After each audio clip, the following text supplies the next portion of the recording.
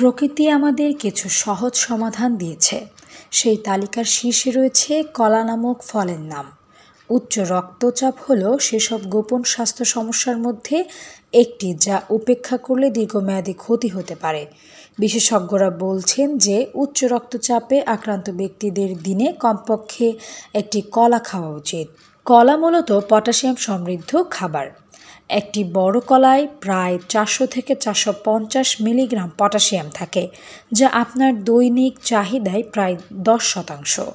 রক্তচাপের জন্য এটি কেন গুরুত্বপূর্ণ? পটাশিয়াম শরীরে সোডিয়ামের নেতিবাচক প্রভাব ভারসাম্য বজায় রাখতে সাহায্য করে। প্রক্রিয়াজাত খাবার, স্ন্যাক্স এবং রেস্তোরাঁর খাবারের জন্য আমাদের বেশিরভাগই প্রয়োজনের চেয়ে অনেকে বেশি লবণ গ্রহণ করে। সোডিয়াম শরীরে পানি ধরে রাখে, রক্তের পরিমাণ বাড়ায় এবং এটি রক্তচাপকে বাড়িয়ে তোলে। অন্যদিকে পটাশিয়াম আপনার কিডনিকে প্রস্রাবের মাধ্যমে অতিরিক্ত সোডিয়াম বের করে দিতে সাহায্য করে, যা রক্তচাপ কমাতে সাহায্য করে। কলায় প্রচুর দ্রবণীয় ফাইবার থাকে, যা হৃৎপিণ্ডের জন্য ভালো। কলা কেবল পটাশিয়ামই নয়, কলায় থাকা ফাইবারের ধরন হজমকেও কিছুটা ধীর করে দেয়, যা রক্তে শর্করা এবং ইনসুলিনের মাত্রা স্থিতিশীল রাখতে সাহায্য করে।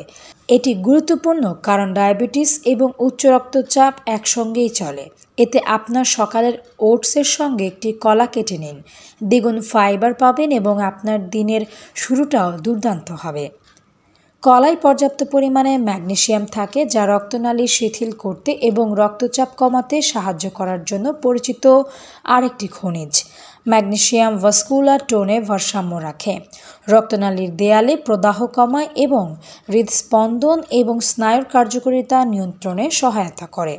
উচ্চ রক্তচাপে আক্রান্ত অনেকের অজান্তেই ম্যাগনেসিয়ামের ঘাটতি থাকে, বিশেষ করে যদি তারা চাপের মধ্যে থাকে বা হোল গ্রেন ফুড না খায়। প্রতিদিন একটি কলা আপনাকে সম্পূর্ণ ম্যাগনেসিয়াম ডোজ দেবে না, তবে এটি একটি দুর্দান্ত শুরু, বিশেষ করে যখন পাতাযুক্ত সবুজ শাক, বীজ এবং আস্ত শস্যের সাথে মিলিয়ে খাবেন। ম্যাগনেসিয়াম আপনাকে ভালো ঘুমাতে এবং চাপ নিয়ন্ত্রণ করতে সহায়তা করবে। এই দুটির অভাব হলে তা সরাসরি রক্তচাপকে প্রভাবিত করে। Desk report, সমযোগ।